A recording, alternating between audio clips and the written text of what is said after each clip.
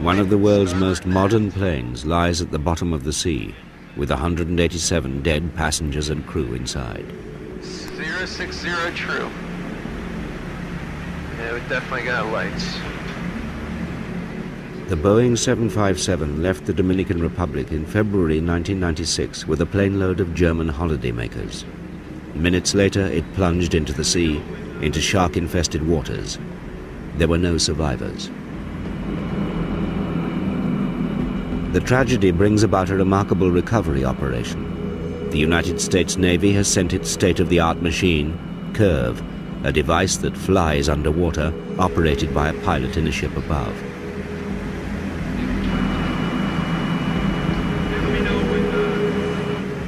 At 7,000 feet down, Curve's antennae pick up the feeble signals of one of the plane's two black boxes. They're coming from an unpromising pile of wreckage on the seabed. It's like, well... It's the plane's flight recorder that logs how the pilots have been flying the aircraft. Back in the National Transportation Safety Board laboratories in Washington, this box will tell the whole story of the ill-fated flight. A cockpit instrument had gone wrong. The captain was aware of it, but chose to take off anyway. He and his passengers paid the price. The higher the plane climbed, the faster the faulty instrument told the pilot he was going. He slowed down and down until the plane stalled and fell out of the sky. The wreckage and the bodies still inside will be left here, a lasting monument to a pilot's mistake. It's like, well...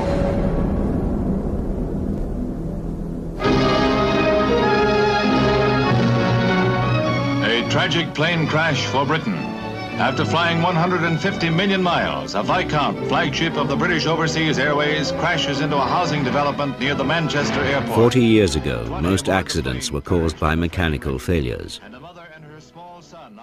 Planes are safer now, but human beings cannot be upgraded or redesigned. Pilots are now held largely responsible for 2 out of every 3 accidents. Manufacturers can fix the plane, but how do you fix the pilot? They have been in service throughout Europe, and Britons devoutly hope it will be the last.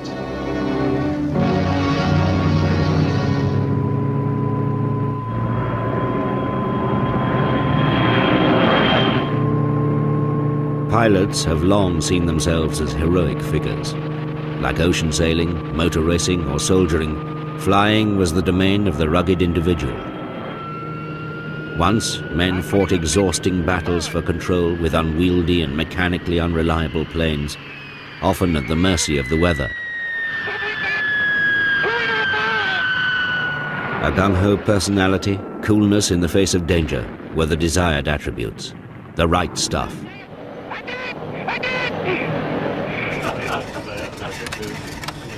The modern pilot resembles a bank manager more than Biggles. Sanitized, computerized, new men and women, every one of them. Airlines are doing their best to mold a new improved pilot, to suppress the old macho ways. Among the beliefs that they're trying to get rid of is that it's the pilot's plane, and woe betide any subordinate who dared question that. Young man, let me tell you something. In the air, I am responsible for this aircraft and the lives of all on board her. And neither you nor anyone else, including the chairman of the corporation, is going to induce me to take her 1 inch off the ground until I'm absolutely satisfied she's in perfect order. Do I make myself clear? Those lines could have been written for Captain Stanley Key. Key was a decorated wartime pilot, later a training captain. But among younger colleagues, he was seen as brusque, overbearing, a stickler for discipline.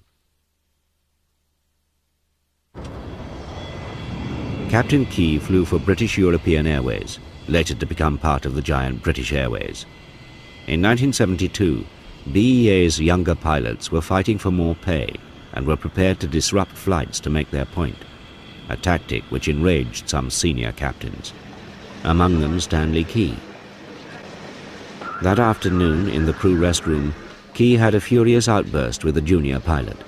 A witness described it as the most violent argument I have ever heard. The effects on Key were to be even more dramatic. An hour later, he left to take his flight to Brussels. Key was a very senior pilot, and he was renowned to be a very good operator and a stickler for correct operation. The other two pilots were both quite junior by comparison. In fact, the co-pilot was only 22, very young, very inexperienced, and Key was somewhat suspicious of the abilities of these younger pilots. He was known to be a rather brusque character, and with these very young co-pilots with him, the atmosphere would not have been pleasant at all. That kind of environment is not something that would be accepted in this day and age.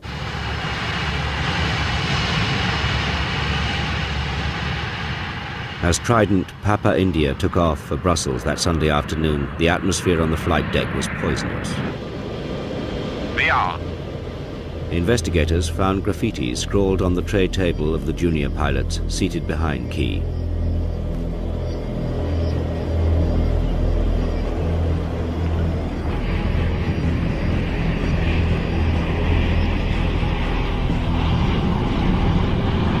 Two minutes after takeoff, Captain Key's last flight was over. The Trident fell to earth in a field near the town of Staines. Incredibly, although the field was alongside a crowded main road, the crash at first went almost unnoticed. Local residents were on the scene before police and firemen were even alerted, but there were no survivors.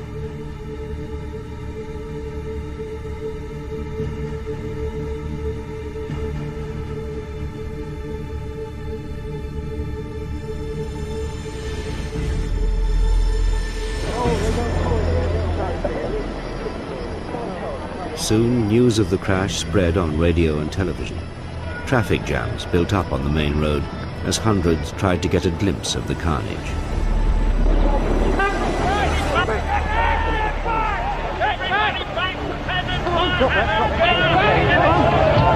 Come on, get back! That goes up, will be dead, lover. Come on, move!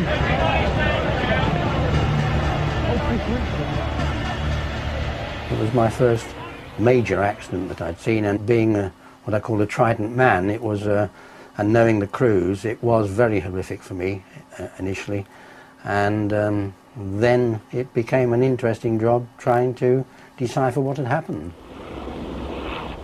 When Ray Davis arrived and began to examine the wreckage, he made a disturbing discovery.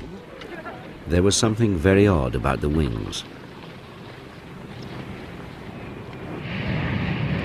On jet aircraft, the wings are narrow and swept back so they can fly fast at altitude. But that means that at low speed, such as during takeoffs, they don't generate enough lift. To cope with this, most planes have flaps on the back of their wings that can be extended to give them more lift. The Trident had that little bit extra.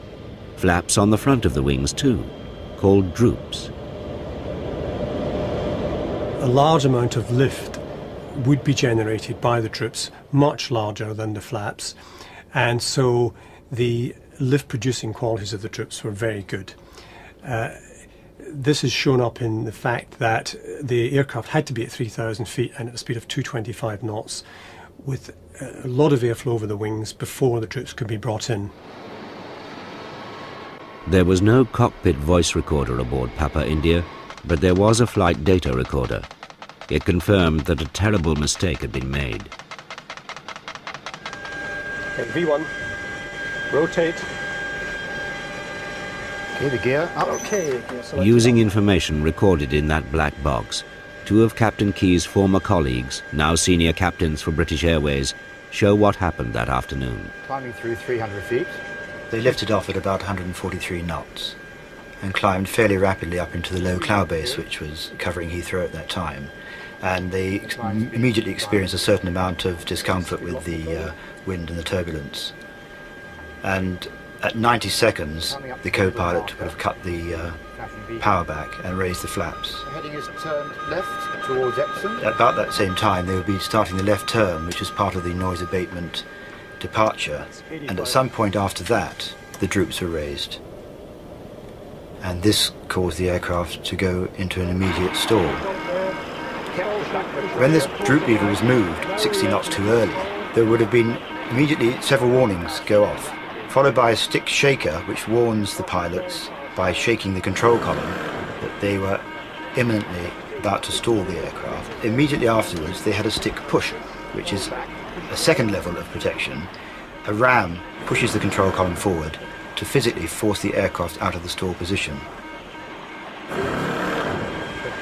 Somebody on that flight deck must have then decided that what they were getting was a false stick push situation, because the stick push was actually dumped. There's a lever at the back of the console. That was pulled, and then the nose just came up and it went into the deep stall, because now there was nothing to protect it. And it is very easy to look at the graphs of the flight recorder and say, why didn't they do that, this, why didn't they do that?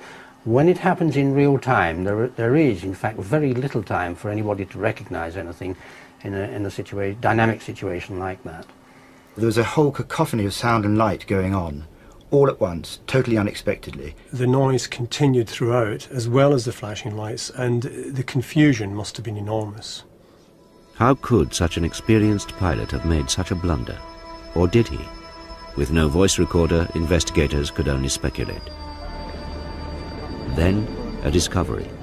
The pathologist called in by the Accident Investigation Branch began performing post-mortems. Looking at the captain's coronary arteries under the microscope revealed that he had severe coronary artery disease.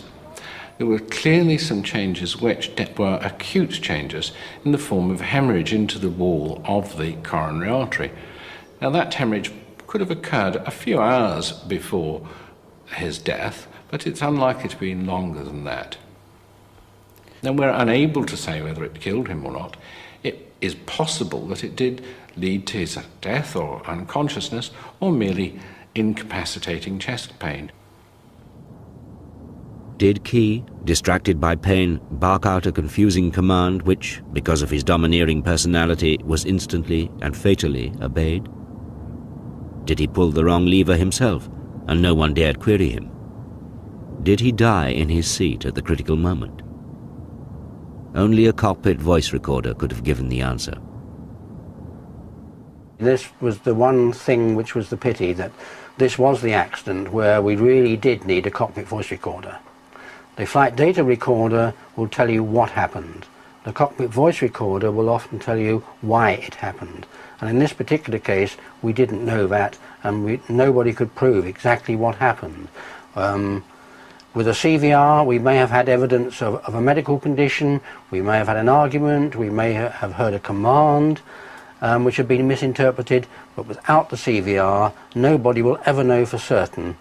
With all the flight data recorder evidence we had and the wreckage evidence, nobody will know for certain what happened on that Trident.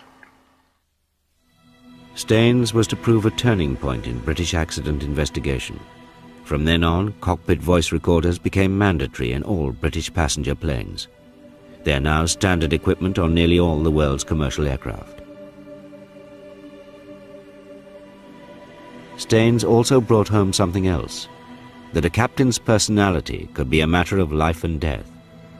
But it took an even bigger disaster to make relationships on the flight deck a matter of vital importance. A badly scratched film records the historic arrival of the first jumbo jet at Heathrow Airport in 1970. It's Pan American Airways Clipper Victor 747.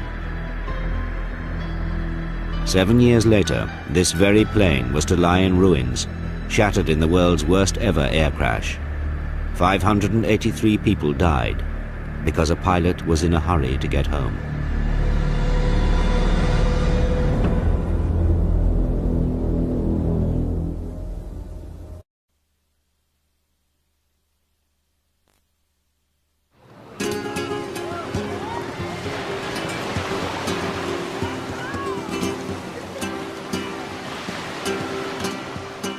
The island of Tenerife in the Canaries. Its beaches are a favorite haunt of sun-starved holidaymakers from all over northern Europe.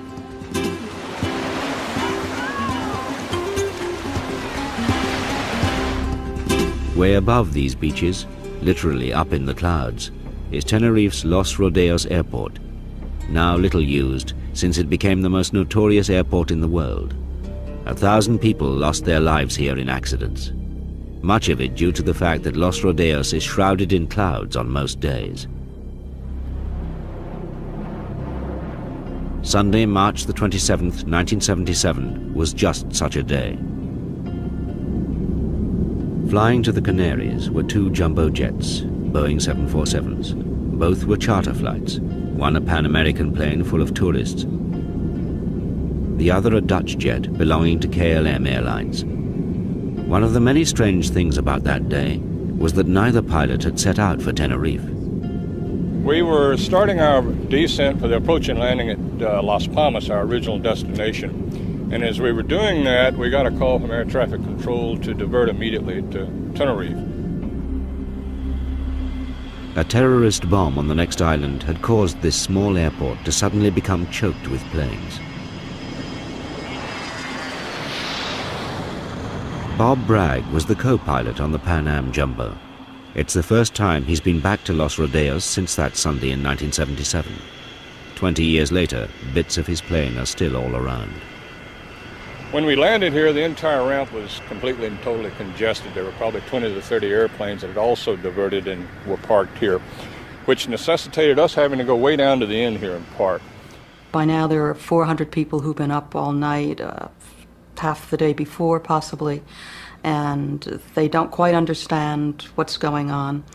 And our information was certainly limited at that point. We really didn't know the circumstances or what had actually transpired. The facilities on board, I suppose by now, were a little, well, it was busy, let me put it that way, and everybody was restless. The Dutch pilot, Captain van Zanten, was getting restless too. His plane had been parked alongside the Pan Am, and the American pilots could hear him constantly on the radio, anxious to be on his way before he ran out of flying hours.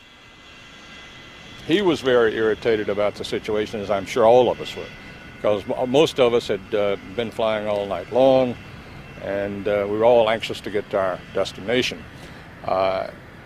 Basically, about that time, he decided to start refueling. Concurrent with that, they opened up the airport at Las Palmas. So the engineer and I got out and walked and measured the wingtip clearance between the KLM 747 and our 747. And we found out that we were about 12 feet short of being able to get around him and taxi out. So we had to wait for the KLM airplane to refuel. The 2 aircraft had been parked at the wrong end of the runway for takeoff, and with so many planes choking the airport, the only way they could get to the correct end was by taxiing up the runway itself. This simulation recreates the acknowledged facts of the accident. Air traffic control ordered the KLM to go first and wait when it got to the far end. The Pan Am would follow behind, but would turn off the runway about 3/4 of the way along to allow the KLM to take off. By the time we got the clearance that we were going to leave and take off, people were very happy by then. They were quite elated. These were people who were going to meet a cruise ship in the Canary Islands and cruise around the Mediterranean. And a lot of them were senior citizens that had come from California. As the Pan Am entered the runway in its turn, clouds began to roll down from the surrounding hills. The American pilots soon found themselves crawling through the dense mist looking for their turnoff. By now the KLM plane had already reached the far end, turned, and was anxious to be on its way. The tower called us and asked were we off the runway, and I said negative, we're still on the runway, but we will report clear of the runway. We looked up and we saw the KLM airplane's lights, and I immediately saw the lights shaking, and I said, I think he's moving. And then it was very obvious that he was moving. So I started yelling, get off, get off. And the captain turned the airplane, went to full power on the throttles. As we were turning, I looked back out of the right window and couldn't believe it, that he was doing what he was doing. And I'll never forget, I saw the rotating beacon underneath the belly of the airplane. I closed my eyes and ducked. and I didn't even think he'd done us any damage. It was very little noise, very little shaking or anything. I was just very, very aware of things in slow motion, and everything was flying around, and all of a sudden everything settled, and nothing looked like it had before. I didn't see anything I recognized. There were no people around. When I looked up, it was obvious that he had done us a lot of damage. The windows were completely gone. I looked back to the right wing was on fire. I looked back to the left, and the entire upper deck lounge was gone. We had 28 people up there, and there was nothing left. It looked like someone had taken a big knife and just sliced the entire top of the airplane off. I could see all the way to the tail of the airplane. So I reached down to try to shut off the engines with the start levers, which controls the fuel to the engines. That didn't do any good. Obviously, all the controls were severed. Then I reached up to get the fire control handles, which is up top, which shuts the engines down. And that's when I discovered that the top of the cockpit was gone. I looked around. There was no side of the cockpit left. So I stood up and elected to jump over the side, which was about 48 feet. Dorothy Kelly found herself in the cargo hold, but managed to clamber to the top of the blazing plane. I looked over the side, and it was like looking out of the second floor window from my house with nothing but jagged metal, and my thought was, by now I had lost my shoes. I've survived this, and I'm going to kill myself jumping out of here on all that debris down there. Dorothy Kelly jumped from the blazing plane, breaking an arm and fracturing her skull. She became the heroine of the crash, rescuing the captain, tending the passengers. People were lying all over the field, hurt, certainly bloody, very, very badly injured. One thing I remember in particular, there was a man who had his clothes almost completely blown off him. He was just wandering around in a daze, and I remember I kept trying to push him off to the side and get him away, and he would just keep coming right back into all the action. People were just banging in at the windows and shouting. I mean, you could hear shouts, screams from inside. And that was probably my most vivid memory, and what has hurt the most through all those years is remembering all those people and hearing them scream and realizing that they were being burned, and they were not going to get out because there was no way we could get to them. Tenerife remains the world's worst ever air disaster. 583 people died. Everyone aboard the KLM plane, which was completely burnt out on the runway, all but 77 of the Pan Am passengers.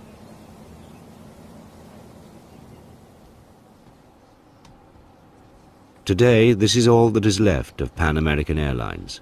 The company itself crashed in 1992.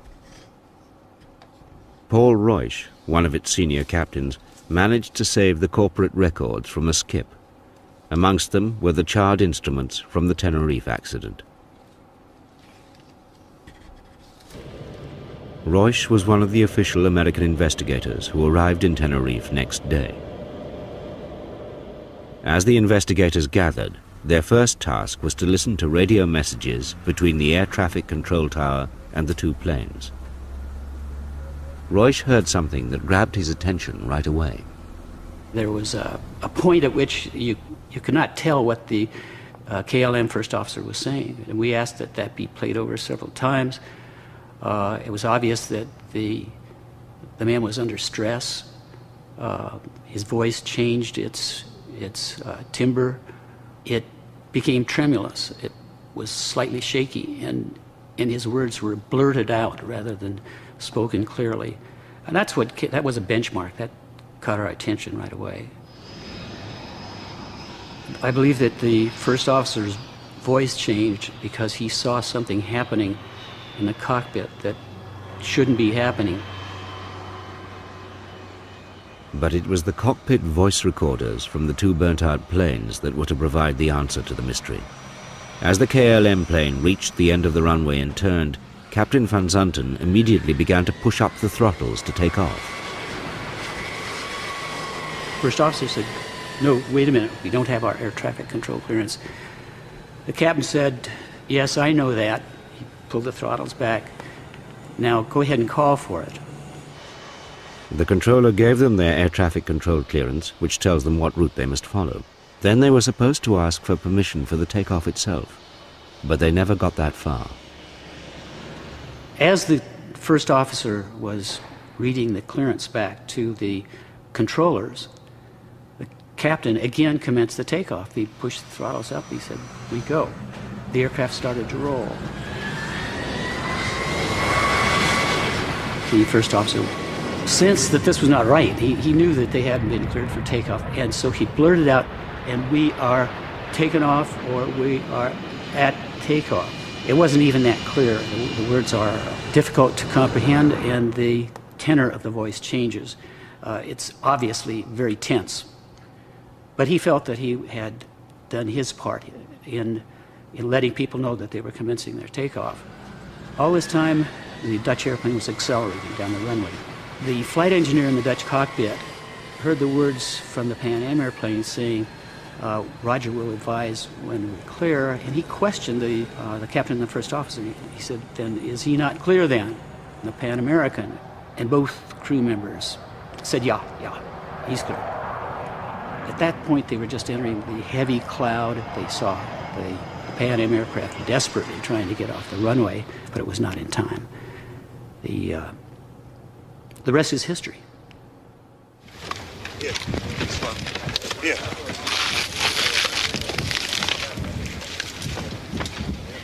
Computer. Where is that located? Let's take it. Yeah, let me take a look. I just want to know where it's located to get a feel. Just to see if it's close. Under international regulations, the investigation was conducted by the Spanish, but with both the Americans and Dutch allowed to participate. That's the Selco. Where is that located? Selco computer, and I'm trying to think where that is now. That is in that area as well. Soon there was a split amongst the investigators. And the fuel flow check. The Dutch were, in my opinion, searching for something to fasten onto that would divert the blame from their own countrymen. Mainly, I believe they tried to pin the blame on the air traffic controllers. To some extent, they tried to pin the blame on the Pan Am crew. The stakes were high, not only the reputation of KLM, but of their most famous captain, Jacob van Zanten, the man whose face stared out of the KLM adverts.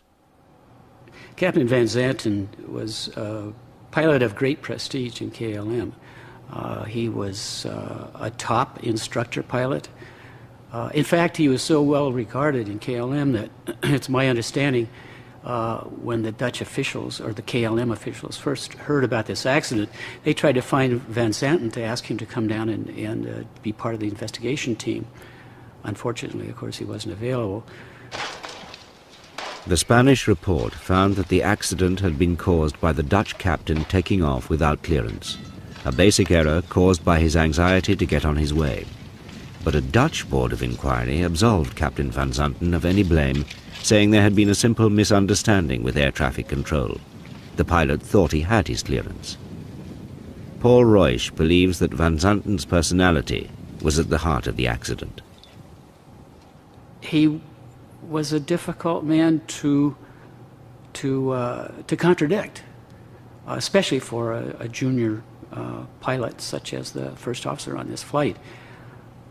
He did have the courage to stop him once when the captain first started the throttles up, but I don't think he felt he could get away with it again.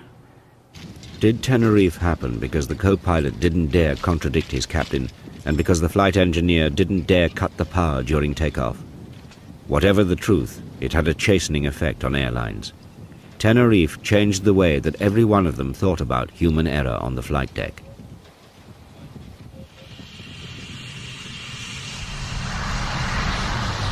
United, one of the world's biggest airlines. After Tenerife, the buzzwords around here are CLR, or Cockpit Leadership Resource. Every airline now has its own similar program, supplied by academics and costing millions. And a couple things that kind of facilitate crew effectiveness, and that is communications and decision making. They're busy telling pilots how they must relate to each other, and even to the flight attendants, previously regarded as a lower form of human life. the idea was greeted with some skepticism. And when I went through CLR, I thought it was the biggest bunch of hooey ever to come down the pike. I've since changed my mind on it. But there was one section where the 5 pilots got jumped on the other pilot and made a list of adjectives to describe this particular pilot once it was all over. And I had a list of about 25 adjectives to describe me that my compatriots had given me, and I took it home and showed it to my wife, and she went down the list and she said, "Oh yeah, oh yeah, that's you, Yeah. wow." And you said it is not, right? And I said it is not. Yeah, yeah. And you know, thinking about it, I said, "Well, gee, maybe it is." There was a lot of resistance. There was a feeling that the few guys that really need it won't get anything out of it. And I think there was, although I mean, I think everybody, after having done it, felt that everybody could get something out of it. Most I ever heard from a captain was coffee, cream, and sugar, you know, type of thing, and that was your communication in the beginning. Now it's, you know, you get communication of what the flight's going to be like, you know, turbulence, the length of time. If you need any support or need any help, I'm there. To where you now feel like a group instead of the cockpit's here and the flight attendants are back here. Looking back years ago, I think that door between the cockpit and cabin served more purposes than just to divide those two areas. Yeah. I sort feel of a psychological barrier, perhaps? Yeah, exactly. Yeah. But I don't feel that anymore. Okay. Release your seatbelts and get out! Release your seatbelts and get out! At the end of class, a mock evacuation after an emergency landing. The pilots witness the flight attendant's job at the sharp end. Training like this is the airline industry's attempt to tackle the problem of human error. But despite the millions being spent on it, no one knows if it saves lives. Meanwhile, pilot error remains the cause of 70% of all airline accidents, and rising. So much so that the aircraft manufacturer's approach is to design the pilot out of the cockpit. This, the first fully automated plane, was flown by a computer.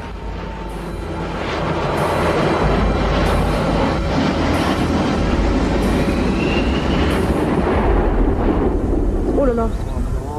Oh no, oh no, oh no, oh no.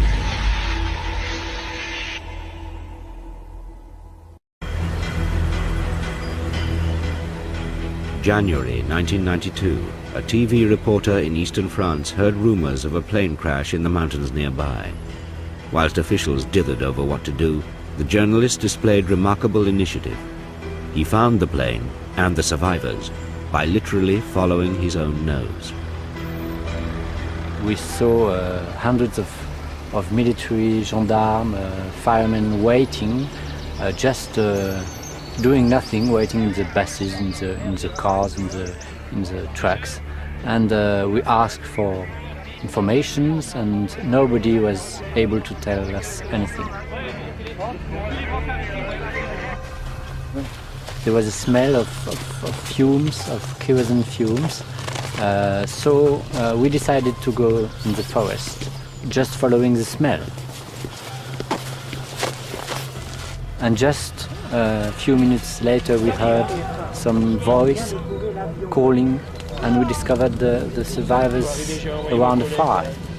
They were badly injured, for some of them, and asking desperately for rescue. It's the main thing I can remember. Every minute somebody was asking for rescuers. When are they coming? When are they going to help us? Ici, il y a des blessés. Vite!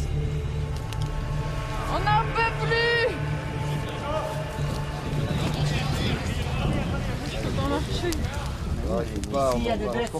There was a child, a young child about 10 years. He was in the arms of a man, and it was very emotional to see these people waiting for more than 4 hours, and alone in the forest and in the snow and in the cold, and it was very terrible. The journalist was exasperated by the failure of the police and troops to arrive some 4 hours after the accident. I had a phone in my pocket, so the first thing I did arriving there was to call for the fire station and saying, I'm journalist, I'm at the place where the plane crashed and you have to come. The first survivor to be taken away from the site was a little girl of 18 months, and a gendarme took him in his arm and took her to the ambulance. And then, little by little, the survivors being able to walk were evacuated. Then others being injured had to wait for hours. And we know now that at least 2 people died during that time. The plane they had been on was an A320 Airbus belonging to Air Inter, the French domestic airline. It was on a flight from Lyon to Strasbourg and had ploughed into a mountaintop. The third catastrophe involving the world's most advanced aircraft in less than 4 years.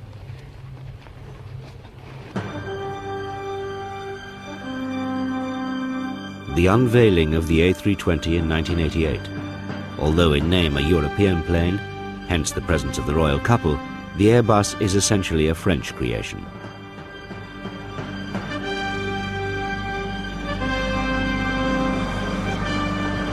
It was revolutionary. The A320 was the first civilian fly-by-wire aircraft. Traditionally, a pilot had direct control over his plane by means of cables or hydraulics linked directly to his control column. But in the A320, it was all done electronically. The pilot would feed instructions to a computer, and it would fly the plane. The pilot would simply monitor the computer. 80 knots, thrust. Electronic displays dominated the new so-called glass cockpit, and the control column was replaced by a side stick, similar to those on a computer game. V1. Computers were cheaper. They saved one man in the cockpit and could manage fuel more efficiently. And they were safer. They would review the pilot's actions and refuse what they considered to be dangerous maneuvers.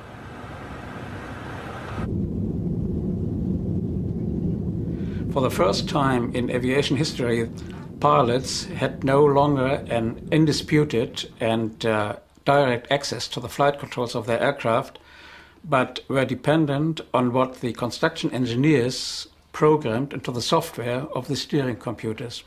The manufacturer defined what pilot input would be adequate and safe. And this design philosophy was the first step to the elimination of the pilot. The A320 was cutting-edge technology, now to be seen on all the latest American jets. But it aroused suspicions amongst traditional stick and rudder men. Heino Caesar was Lufthansa's chief safety pilot. He was unimpressed by the computerized controls, especially the so-called side stick. And the pilot can place his hand on that stick, and he can't feel how the autoflight system is steering his aircraft. Boeing, much more conventional, pilot-centered, still puts the old-fashioned control column between the pilot's legs, and he doesn't have to look at his artificial horizon, he doesn't have to look at his instruments, he just places the hand on the control column, and he looks outside or talks with the stewardess or talks with somebody else or something like that, and he knows just by placing the hand on the control wheel exactly what his aircraft is doing. Everything. And in these advanced aircraft, you can't feel it anymore. You are restricted to your highly claimed optical channel. You have to pick up everything optical. You can't hear anything, you can't smell anything, you can't feel the thing. You have to look at some instruments. There followed a series of strange happenings where the computer began to do things that the pilot apparently didn't expect it to do. The first took place at an air show in France with a plane flown by Air France's star A320 pilot.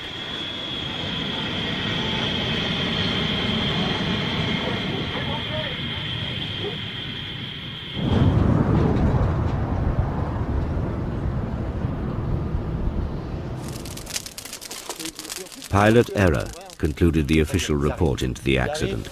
The plane was flying too low. The pilot, who survived, unlike 3 of his passengers, claimed that he'd tried to climb, but that the computer had wanted to land, and the computer had won. In 1991, the passengers of this Airbus had a terrifying end to their flight to Moscow. A computer simulation of what happened was made by air crash investigators from the plane's own flight recorder. The German pilot had been told by Moscow Tower to go around, to abort his landing and try again. In such circumstances, the computers are programmed to put the plane into a steep climb. Too steep, thought the pilot, and he tried to push the nose down. The computers pushed it up again, and so on. The result of this civil war in the cockpit was the plane coming almost to a halt in mid-air. Despite going through 4 terrifying stalls like this, the plane eventually landed safely.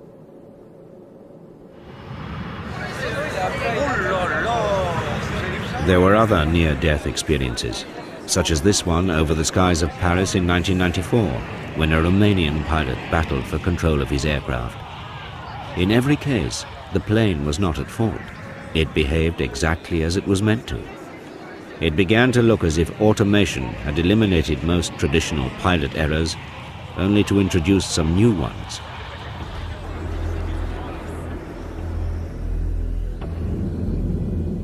In January 1992, the Air Inter A320 was approaching Strasbourg over the mountains of eastern France. Flaps vers tout. Flaps sur deux. This Air Inter A320 captain is recreating the known details of that flight. He demonstrates the small but fatal mistake it's believed was made that night as the plane began its descent. These dials program the computer. This is what should have happened. The pilot enters the angle of descent he wants, 3.3 degrees FPA, flight path angle. But the computer operates in various modes, and this one has been left in the wrong mode, VS, or vertical speed. What is actually done is to tell the computer to descend at 3,300 feet per minute.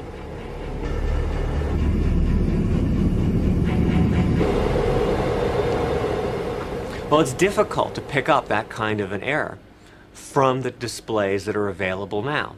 There is a label about which mode you're in, but it's hard to see. You're not used to looking at that.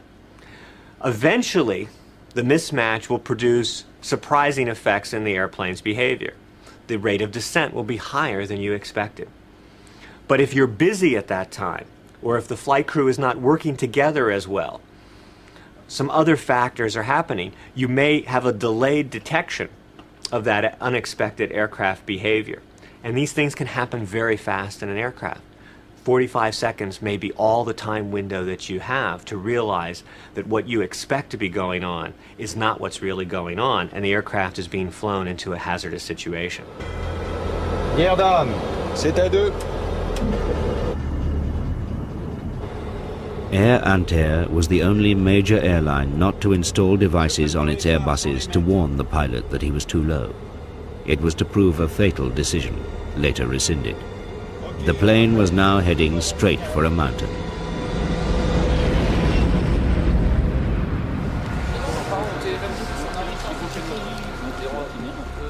"87 people died on the mountain.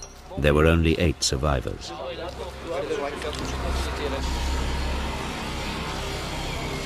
Automation had brought a new twist to the problem of pilot error.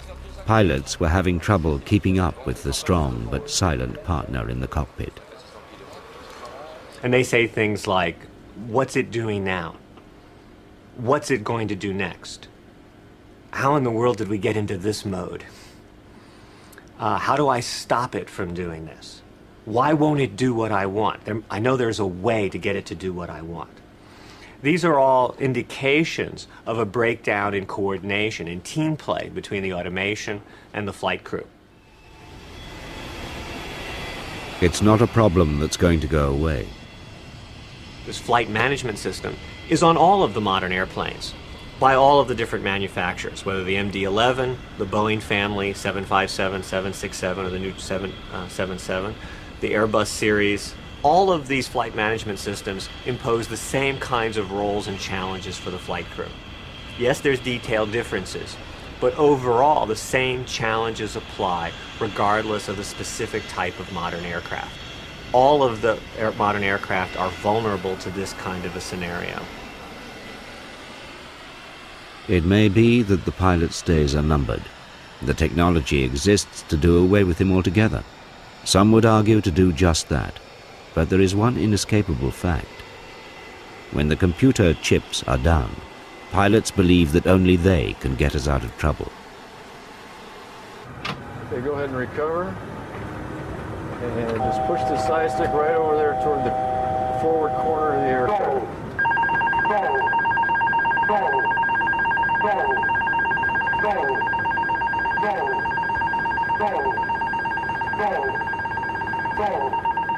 It is absolutely wrong to judge man in the cockpit as the absolute weakest link.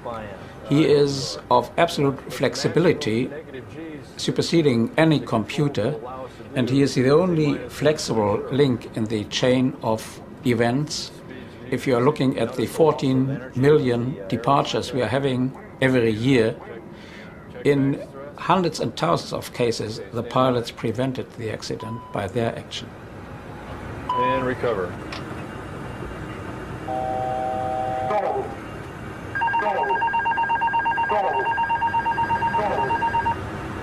Okay, excellent. And only in very, very few cases they failed. And this mount up to approximately 15 total losses a year, with an average of 500 deaths. In Germany, we are having 8,000 dead on the streets every year.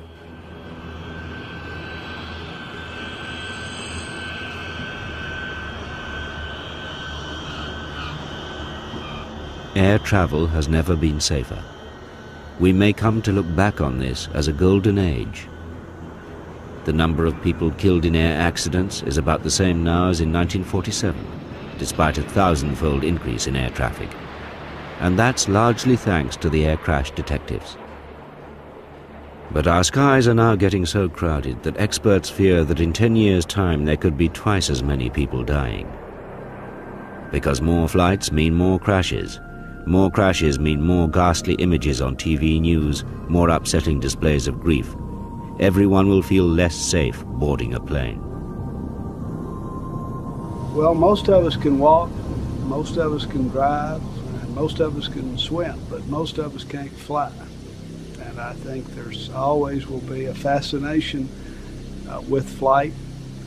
And there is just, I think, with the average person, that little sinking feeling in their stomach when they're at 30,000 feet and they're not in control.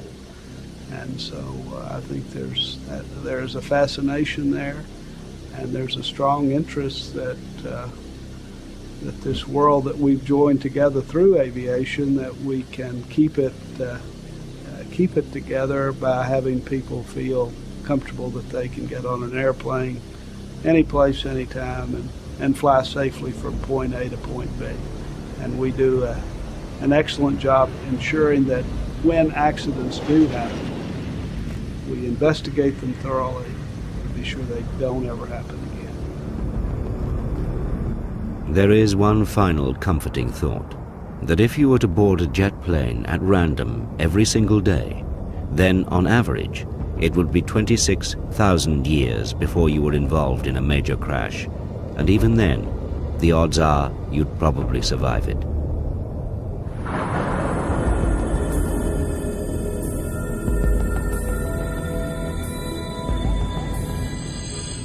That was the last in the series of Black Box.